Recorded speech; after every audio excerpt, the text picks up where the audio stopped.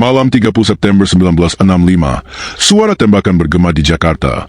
6 jenderal TNI ada diculik dan dibunuh dengan kejam, meninggalkan luka yang tak pernah sembuh dalam sejarah Indonesia. Versi resmi Orde Baru menjadikan PKI sebagai monster haus darah di balik gerakan 30 September G30S. Tapi setelah 6 dekade, suara-suara yang dibungkam mulai bergema. Apakah Soeharto, sang pahlawan penumpas, sebenarnya arsitek kudeta merangkak yang memanfaatkan tragedi itu untuk merebut kekuasaan? Kini, kesaksian saksi mata, dokumen rahasia, dan analisis sejarawan mengungkap lapisan demi lapisan kebenaran yang selama ini terkubur di bawah propaganda militer, mempertanyakan siapa sebenarnya dalang di balik darah yang tertumpah.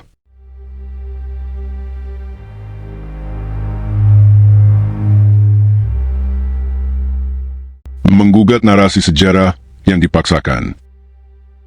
Peristiwa gerakan 30 September G30S tahun 1965 bukan sekadar kudeta gagal yang sering digambarkan dalam buku teks sejarah sekolah.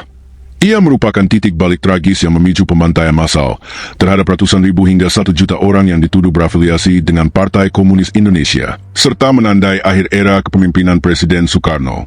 Selama 32 tahun rezim Orde Baru berkuasa, narasi resmi ini diabadikan melalui berbagai alat propaganda, termasuk film ikonik pengkhianatan G30S PKI yang disutradarai Arifin C. Nur pada 1984, yang menggambarkan PKI sebagai dalang utama dengan bukti-bukti yang dibuat-buat, seperti adegan penyiksaan brutal oleh anggota Gerwani yang kemudian terbukti sebagai rekayasa militer. Film ini bukan hanya hiburan, ia menjadi wajib tonton bagi siswa sekolah, membentuk generasi muda untuk menerima versi sejarah yang distorsi, di mana PKI digambarkan sebagai monster haus darah yang bersekutu dengan kekuatan asing untuk menggulingkan pemerintahan. Namun, investigasi mendalam dari sejarawan seperti John Rosa dalam bukunya Pretext for Mass Murder, The September 30 Movement and Social Death in Indonesia, 2006, mengungkap bahwa cerita ini dibangun atas propaganda militer yang disengaja dirancang untuk membenarkan genosida politik dan konsolidasi kekuasaan di tangan Jenderal Soeharto. Militer di bawah kendali Soeharto tidak hanya menciptakan istilah Gestapo untuk mengaitkan G30S dengan Gestapo Nazi, tapi juga menyebarkan desas-desus palsu tentang senjata impor dari Tiongkok yang dikirim ke PKI, kuburan massa yang digali sebelumnya untuk korban kudeta, dan alat penyiksaan seperti pisau cukur yang konon digunakan oleh perempuan Gerwani untuk menyiksa jenderal-jenderal. Propaganda ini disebarkan melalui surat kabar militer seperti Berita Yuda dan Angkatan Bersenjata, yang secara sistematis membangun narasi bahwa PKI merencanakan kudeta nasional untuk mendirikan negara komunis. Sejarawan seperti Jess Melvin dalam The Army and the Indonesian Genocide 2018 mengungkap dokumen internal militer yang menunjukkan bahwa pembantaian bukan respons spontan terhadap G30S, melainkan operasi terencana yang dimulai sejak Oktober 1965. Dengan militer memprovokasi kelompok sipil seperti Nahdlatul Ulama dan Muhammadiyah untuk terlibat dalam eksekusi massal di daerah seperti Jawa Tengah, Jawa Timur, dan Bali. Dokumen deklasifikasi dari Arsip AS, seperti yang dirilis oleh National Security Archive pada 2017, semakin memperkuat argumen ini. Kedutaan Besar AS di Jakarta melaporkan secara detail tentang pembunuhan massal, dengan angka korban mencapai puluhan ribu hanya dalam beberapa minggu. Dan AS bahkan memberikan dukungan logistik serta daftar nama anggota PKI kepada militer Indonesia untuk memfasilitasi pembantaian. Mengapa narasi resmi ini begitu rapuh? Jawabannya terletak pada ketidakkonsistenan inheren dan bukti baru yang muncul pasca reformasi 1998. Rosa menyoroti bahwa G30S sebenarnya adalah konflik internal di kalangan militer, bukan plot PKI yang terorganisir. Para pemimpin gerakan seperti Leko Untung dan Kolonel Abdul Latif lebih dekat dengan faksi militer yang loyal kepada Soekarno, dan kesaksian Latif di pengadilan militer 1978 mengungkap bahwa ia telah memberitahu Soeharto tentang rencana tersebut sehari sebelumnya, tapi Soeharto memilih untuk tidak bertindak, malah memanfaatkannya sebagai pretes untuk merebut kekuasaan. Dokumen deklasifikasi CIA dari 1960-an, termasuk memo yang dikutip dalam buku Vincent Bevins, The Jakarta Method, 2020, menunjukkan bahwa AS telah lama merencanakan penggulingan Soekarno karena kebijakannya yang pro-komunis dan anti-barat, dengan Soeharto sebagai aset potensial sejak 1964. Narasi ini rapuh karena mengabaikan rivalitas internal militer. Soeharto, sebagai Panglima Kostrad, memiliki pasukan elit tapi tidak mencegah penculikan jenderal-jenderal seperti Ahmad Yani yang pernah menghalangi karirnya di masa lalu. Bukti-bukti baru dari kesaksian saksi dan dokumen deklasifikasi menunjukkan keterlibatan Soeharto yang lebih dalam, bukan sebagai penyelamat bangsa, tapi sebagai oportunis yang memanfaatkan kekacauan untuk melakukan kudeta lambat atau kudeta merangkak terhadap Soekarno. Misalnya, Super Semar, Surat Perintah 11 Maret 1966 yang sering digambarkan sebagai mandat sukarela dari Soekarno sebenarnya diperoleh di bawah tekanan militer, memungkinkan Soeharto mengambil alih kendali pemerintahan secara bertahap. Narasi rapuh ini tidak hanya gagal menjelaskan mengapa tidak ada pengadilan adil bagi terdakwa G30S, mereka dieksekusi untuk menutup mulut, tapi juga mengabaikan dampak jangka panjang, stigma antikomunis yang masih menghantui masyarakat Indonesia hingga 2026, di mana upaya rekonsiliasi seperti yang dijanjikan Presiden Joko Widodo pada 2014 tetap mandek. Dengan demikian, menggugat narasi ini bukan hanya tugas akademis, tapi keharusan moral untuk mengungkap kebenaran di balik tragedi yang membentuk Indonesia modern. Latar belakang peristiwa G30S, ketegangan politik di akhir era Soekarno. Pada pertengahan 1960-an, Indonesia berada di ambang kekacauan politik, ekonomi, dan sosial yang ekstrim.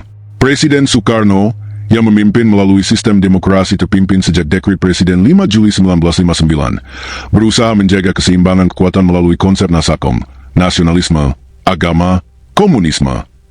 Konsep ini bertujuan menyatukan tiga pilar utama, kelompok nasionalis, organisasi keagamaan seperti Nahdlatul Ulama dan Muhammadiyah, serta Partai Komunis Indonesia yang semakin kuat dengan jutaan anggota, menjadikannya partai komunis terbesar ketiga di dunia setelah Uni Soviet dan Tiongkok. Namun, upaya ini justru memicu ketegangan mendalam, karena PKI semakin agresif memperluas pengaruhnya di kalangan buruh, petani, dan bahkan sebagian militer, sementara TNI Angkatan Darat melihatnya sebagai ancaman eksistensial terhadap Pancasila dan dominasi militer. Ketegangan semakin memuncak pada 1964-1965. Inflasi mencapai 600%, harga barang pokok melambung, dan kesejahteraan rakyat merosot drastis, menciptakan keresahan sosial yang dimanfaatkan PKI untuk menggalang dukungan massa melalui aksi-aksi seperti aksi sepihak perebutan tanah. PKI juga mengusulkan pembentukan Angkatan Kelima, pasukan bersenjata dari buruh dan petani, yang ditentang keras oleh TNI AD karena mengancam monopoli kekuatan bersenjata. Usulan ini gagal, tapi meninggalkan luka mendalam. Di sisi lain, PKI menyebarkan isu Dewan Jenderal, sebuah kelompok perwira tinggi TNI AD yang konon merencanakan kudeta terhadap Soekarno, diduga didukung CIA untuk mencegah dominasi komunis di Asia Tenggara selama Perang Dingin.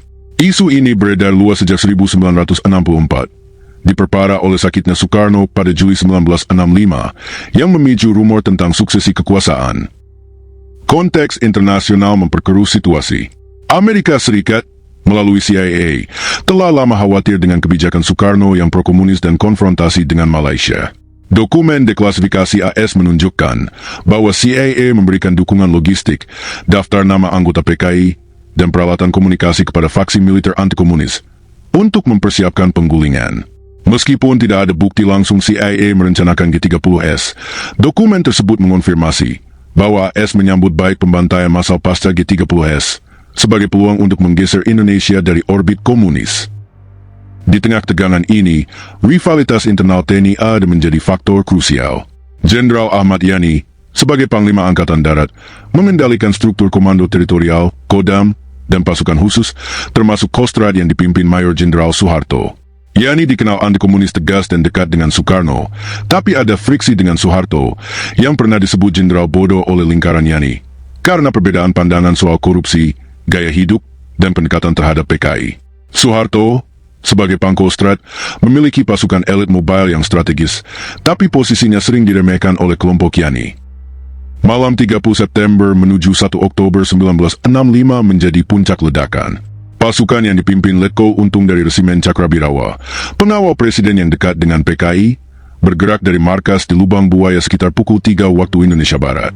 Mereka dibagi menjadi 7 tim kecil untuk menculik 7 jenderal yang dituduh bagian dari Dewan Jenderal: Ahmad Yani, MT Haryono, DI Panjaitan, S. Parman, Suprapto, Sutoyo Sumiharjo, dan Abdul Haris Nasution.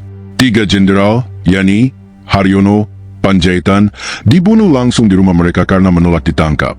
Sisanya diculik hidup-hidup, dibawa ke Lubang Buaya, disiksa, dibunuh, dan jasadnya dibuang ke sumur tua berdiameter 0,75 meter dan kedalaman sekitar 12 meter. Nasution lolos meski putrinya Ade Irma Suryani tewas tertembak dan ajudannya Pierre Tendean tertangkap serta dibunuh sebagai gantinya. Satu polisi penjaga tetangga Nasution, Brigadir Karel Satsuitubun, juga tewas. Gerakan ini mengklaim melindungi Soekarno dari kudeta Dewan Jenderal, tapi gagal total dalam 24 jam.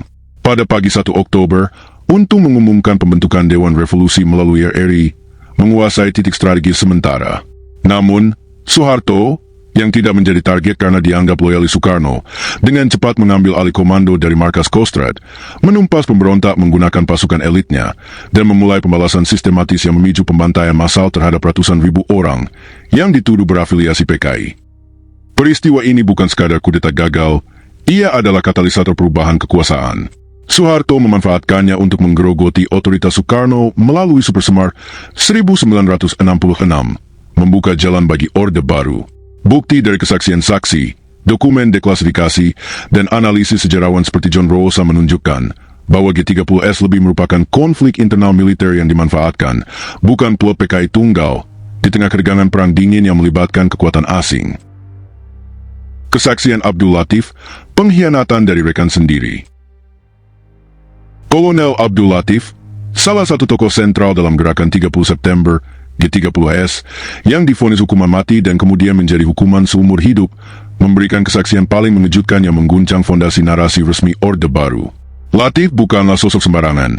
Ia adalah perwira militer berpengalaman yang memulai karirnya di Tentara Keamanan Rakyat, TKR, sejak 1945, terlibat dalam berbagai operasi militer termasuk penumpasan pemberontakan DITII di Jawa Barat dan konfrontasi dengan Malaysia. Sebagai Komandan Brigade Infanteri 1 Kodam Jaya, ia memiliki akses langsung ke pusat kekuasaan militer di Jakarta. Lebih penting lagi, Latif adalah teman dekat dan rekan Soeharto sejak era divisi Diponegoro, di mana keduanya sama-sama berasal dari latar belakang militer yang loyal terhadap Presiden Soekarno. Hubungan ini membuat kesaksiannya bukan sekadar tuduhan liar, tapi bukti pengkhianatan dari dalam lingkaran terdekat. Dalam pledoi pertahanannya pada persidangan Mahkamah Militer Luar Biasa, Mahmilup, tahun 1978, setelah bertahun-tahun di sel isolasi dan wawancara pasar formasi 1998, Latif mengaku secara eksplisit memberitahu Soeharto tentang rencana penculikan jenderal-jenderal. Sehari sebelum kejadian, tepatnya pada 30 September 1965 malam, saya laporkan langsung ke Soeharto di RSPAD, Rumah Sakit Pusat Angkatan Darat, saat ia menjenguk anaknya yang sakit, tapi ia tak bertindak apa-apa, katanya. Latif menggambarkan pertemuan itu sebagai upaya untuk memastikan Soeharto tidak menjadi target, karena ia menganggap Soeharto sebagai sekutu yang bisa dipercaya. Namun, respon Soeharto yang pasif, hanya mengangguk dan tidak memperingatkan rekan-rekan jenderalnya, menjadi bukti keterlibatannya yang tersirat. Latif menegaskan bahwa ia bukan bagian dari plot PKI, melainkan bertindak sebagai loyalis Soekarno untuk mencegah kudeta dari Dewan Jenderal yang diduga akan menggulingkan Presiden. Gerakan ini adalah respons internal militer terhadap ancaman dari atas, bukan kudeta komunis, ujarnya, menolak narasi resmi yang menjadikannya kambing hitam. Kesaksian ini bukan tanpa konteks investigatif yang mendalam. Latif, yang dekat dengan Soeharto sebagai rekan di Kostrad, Komando Strategis Angkatan Darat, merasa dikhianati secara pribadi. Ia ditangkap hanya beberapa hari setelah G30S, disiksa secara brutal di bawah perintah militer, dan dijadikan korban untuk menutupi jejak. Sementara itu, Soeharto naik tahta sebagai pahlawan penumpas pemberontakan, merebut kekuasaan melalui Super Semar 1966. Investigasi sejarawan seperti Benedict Anderson dalam Cornell Paper 1966 dan John Rosa dalam Pretes Formas Murder 2006 memperkuat argumen ini. Latif bukan satu-satunya yang dekat dengan Soeharto. Pemimpin G30S lainnya seperti Leko Untung juga memiliki hubungan dengan Soeharto, menunjukkan bahwa gerakan itu mungkin dimanfaatkan sebagai pretes untuk kudeta militer. Rosa menyoroti bahwa Latif tidak pernah menjelaskan detail organisasi gerakan secara lengkap, tapi fokus pada pengungkapan keterlibatan Soeharto karena takut dieksekusi lebih awal jika terlalu banyak bicara. Mengapa Soeharto diam? Jawabannya terletak pada motif oportunis. Dengan membiarkan tragedi berlangsung, Soeharto bisa menyalahkan PKI sepenuhnya, memprovokasi pembantaian massal, dan menggantikan Soekarno. Ini terungkap dalam autobiografi Soeharto, Pikiran, Ucapan, dan Tindakan Saya, 1988, yang bertentangan sendiri. Soeharto mengaku tidak tahu apa-apa tentang G30S, tapi kesaksian Latif dan bukti lain seperti kunjungan malam itu membantahnya. Analisis dari dokumen deklasifikasi AS menunjukkan bahwa Soeharto mungkin sudah siap sejak 1964 dengan dukungan CIA yang melihatnya sebagai aset anti-komunis. Latif sendiri, dalam wawancara dengan Tempo pasca pembebasannya pada 1998, menegaskan bahwa ia bertemu Soeharto bukan untuk berkonspirasi, tapi untuk melindungi, tapi justru dikhianati. Soeharto tahu, tapi ia memilih diam untuk ambisinya. Katanya, menambahkan bahwa gerakan itu dimulai dari intelijen militer yang melaporkan ancaman Dewan Jenderal.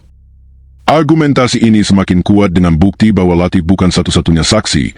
Subandrio, dalam kesaksiannya, menyebut Untung dan Latif sebagai informan Soeharto, sementara Syem Kamaruzaman, Kepala Biro Khusus PKI, diduga sebagai agen ganda yang bekerja untuk intelijen militer di bawah Soeharto. Persidangan Latif pada 1978 bukanlah pencarian kebenaran, tapi show trial untuk memperkuat propaganda.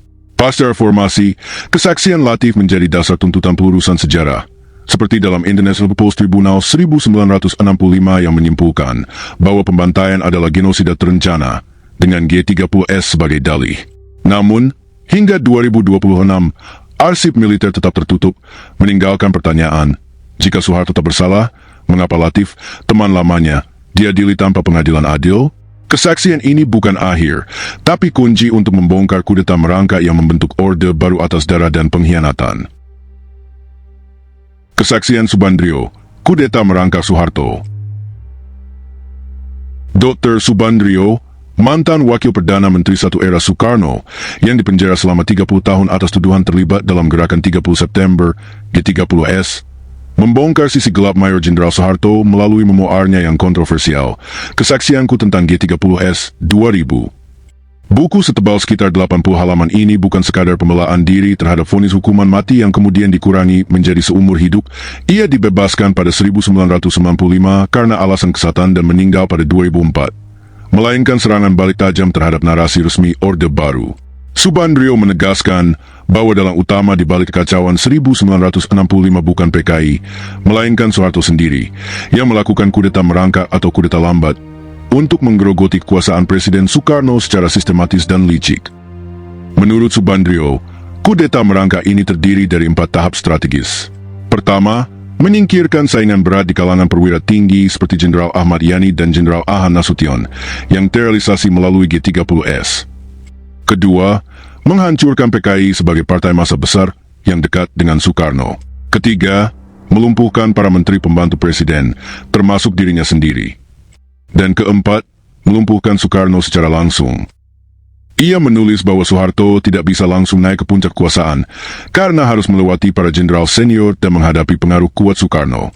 Oleh karena itu, Soeharto membangun kubu sendiri setelah kepercayaan AS terhadap Nasution mulai luntur dengan membentuk jaringan intelijen dan operasi rahasia, yang akhirnya membuahkan Super Semar pada 11 Maret 1966 sebagai alat untuk mengambil alih kekuasaan secara bertahap. Salah satu tuduhan paling mencolok adalah aktivitas penyelundupan Soeharto saat menjabat di divisi Diponegoro sekitar 1950-an. Subandrio mengungkap bahwa Soeharto menjalin hubungan bisnis dengan konglomerat Tionghoa Lim Siu Leong, kelak menjadi taipan utama Orde Baru, dan Bob Hasan. Mereka melakukan penyelundupan barang-barang berbagai jenis yang awalnya diklaim untuk kepentingan Kodam, tapi ternyata mengalir kantong pribadi Soeharto dan mitranya. Duitnya masuk ke kantong Soeharto dan Liem, tulis Subandrio. Kabar ini sampai ke telinga Jenderal Ahmad Yani, yang marah besar dan bahkan menempeleng Soeharto, karena dianggap menyalahgunakan institusi militer untuk kepentingan pribadi. Peristiwa ini menjadi skandal yang memperburuk rivalitas Soeharto dengan Yani, yang kemudian menjadi salah satu korban utama G30S. Lebih jauh, Subandrio mengaitkan Soeharto dengan pola pengkhianatan sejak dini, termasuk percobaan kudeta 3 Juli 1946 terhadap Kabinet Syahrir yang dipimpin Tan Malaka dari Partai Murba. Saat itu, Soeharto, sebagai salah seorang komandan militer di Surakarta, terlibat dalam penculikan Perdana Menteri Sultan Syahrir. Kelompoknya menyusun surat pembubaran kabinet dan rencana kabinet baru yang akan ditandatangani Soekarno. Namun, kudeta gagal dan Soeharto berbalik arah. Ia menangkap komplotannya sendiri, termasuk Jenderal Sudarsono, lalu tampil sebagai pahlawan yang mengamankan negara. Subandrio menulis, Soeharto berbalik arah mengkhianati komplotannya sendiri. Inilah awal Soeharto memetik kemenangan dari rangkaian proses kudeta merangkak itu. Ia menyimpulkan bahwa pola ini terulang di 1965, membiarkan atau bahkan memanfaatkan kekacauan untuk kemudian muncul sebagai penyelamat. Subandrio juga menyoroti pembentukan trio Suharto-Gaali, Soeharto, Yoga Sugama, dan Ali Murtopo sebagai inti dari operasi sabotase. Trio ini dibangun sejak era Diponegoro dan bertujuan menyabotase kebijakan Soekarno serta menghancurkan PKI. Yoga Sugama, yang dipanggil pulang dari Yugoslavia pada Januari 1965, disebut sebagai koordinator rapat gelap untuk operasi intelijen. Ali Murtopo, sebagai komandan pasukan Raiders, membantu dalam operasi rahasia. Menurut Subandrio, Ali Murtopo pernah menyatakan secara belak-belakan bahwa tujuan mereka adalah menyabot politik Soekarno dan menghancurkan PKI. Trio ini kemudian menjadi pondasi Orde Baru, dengan Ali Murtopo memimpin Opsus, operasi khusus, untuk mengendalikan politik dan intelijen pasca 1965. Subandrio menjuluki Soeharto sebagai Opsir Kopig, perwira bandel atau keras kepala yang devian terhadap Soekarno, sering mengabaikan perintah presiden. Ia menegaskan bahwa tuduhan PKI sebagai dalang G30S hanyalah alibi rekayasa Soeharto untuk membenarkan pembantaian massal dan perebutan kekuasaan. Ini taktik adik kubu Soeharto untuk menggulung PKI, tulisnya, menambahkan bahwa PKI tidak terpancing meski diprovokasi habis-habisan. Kesaksian ini diperkuat oleh pengakuannya bahwa Soeharto mendukung rencana Letko untuk mendahului Dewan Jenderal, bahkan menjanjikan bantuan pasukan dari Jawa Tengah dan Timur, bukti yang diceritakan Untung saat sama-sama ditahan di LP Cimahi.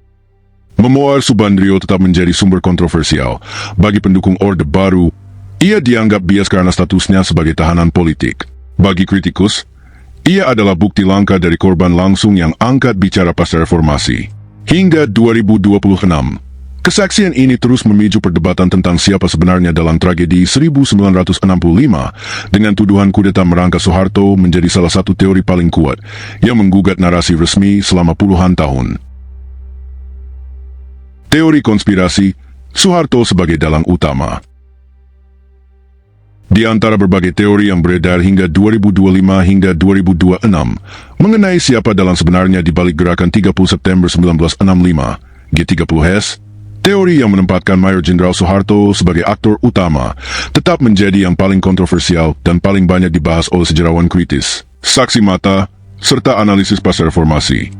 Teori ini tidak mengklaim Soeharto merencanakan penculikan dan pembunuhan 6 jenderal secara langsung, melainkan ia memanfaatkan, atau bahkan membiarkan, peristiwa itu terjadi sebagai pretext sempurna untuk kudeta lambat, menghancurkan PKI, menyingkirkan saingan di TNI AD, dan merebut kekuasaan dari Presiden Soekarno melalui Super Semar 1966.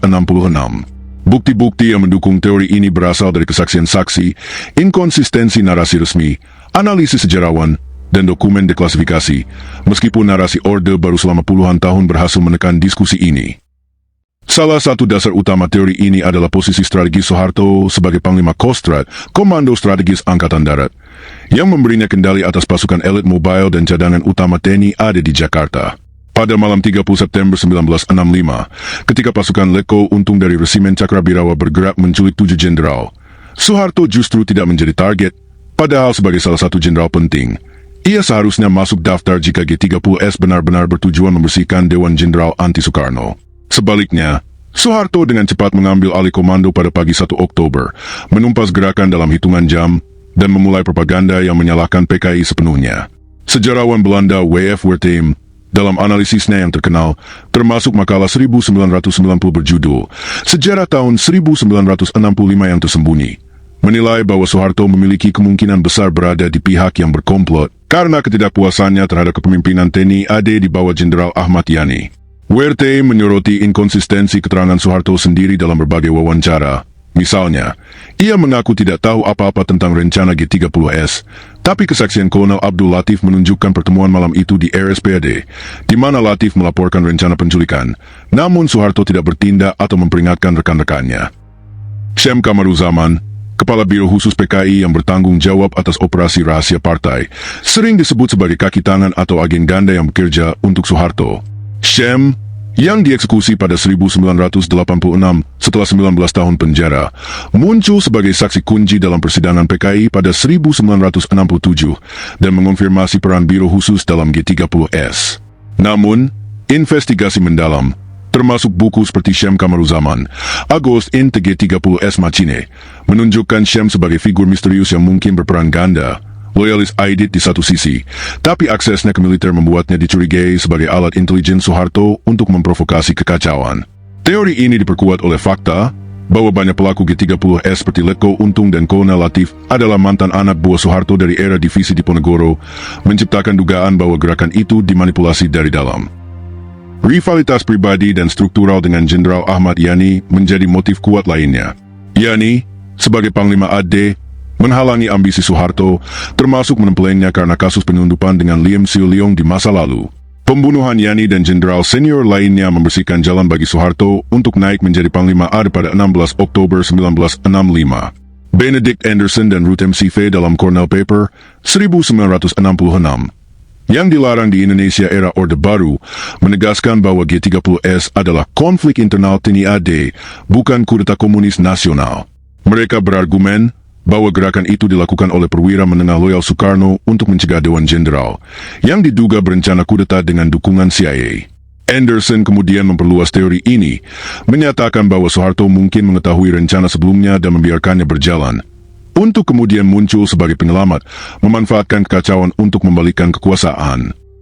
Teori keterlibatan CIA dan Inggris AS menambah lapisan kompleksitas, tapi seringkali menempatkan Soeharto sebagai penerima manfaat utama.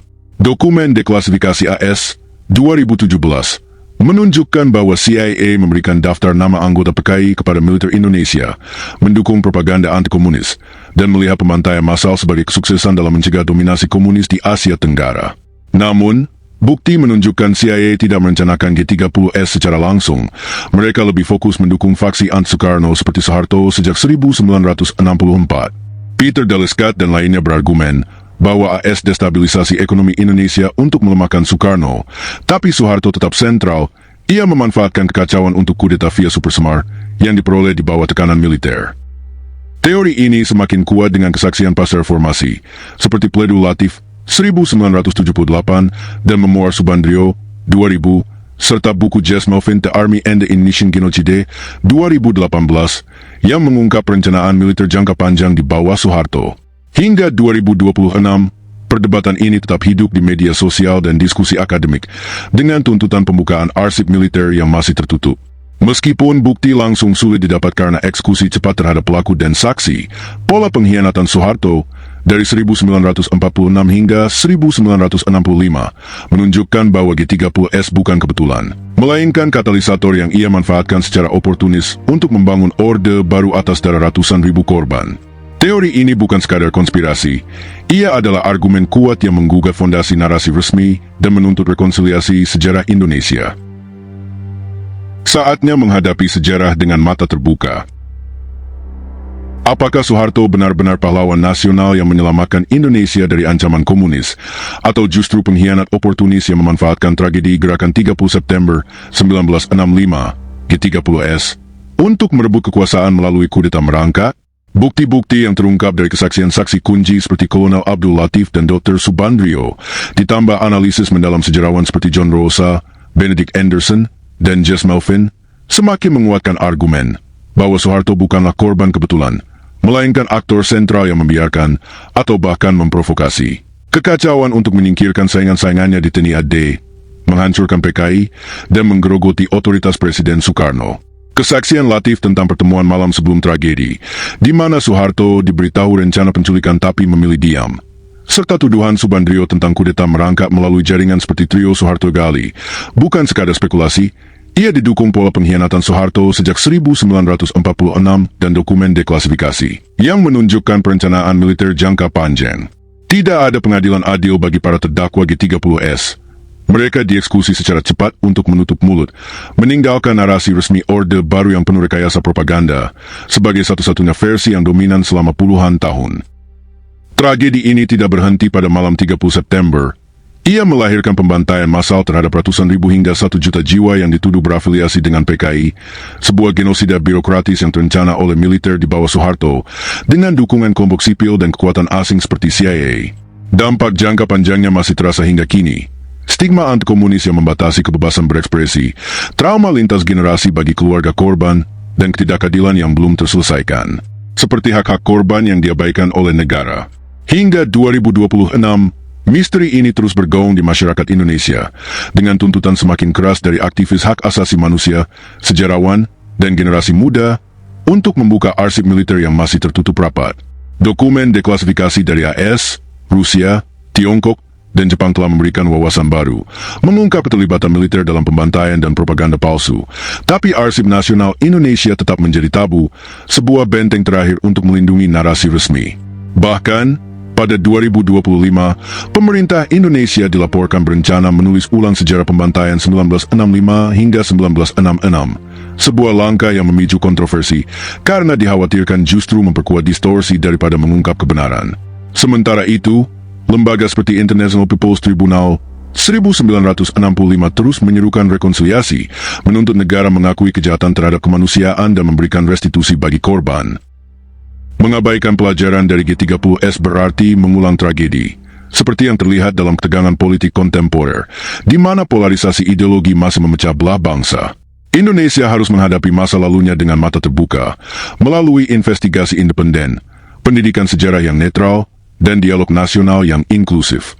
Hanya dengan demikian, bangsa ini bisa membangun masa depan yang adil, di mana kebenaran bukan lagi korban propaganda, tapi fondasi rekonsiliasi dan kemajuan. Saatnya para pemimpin mendengar suara saksi yang tersisa dan membuka pintu arsip itu, karena sejarah yang disembunyikan adalah bom waktu yang siap meledak kapan saja.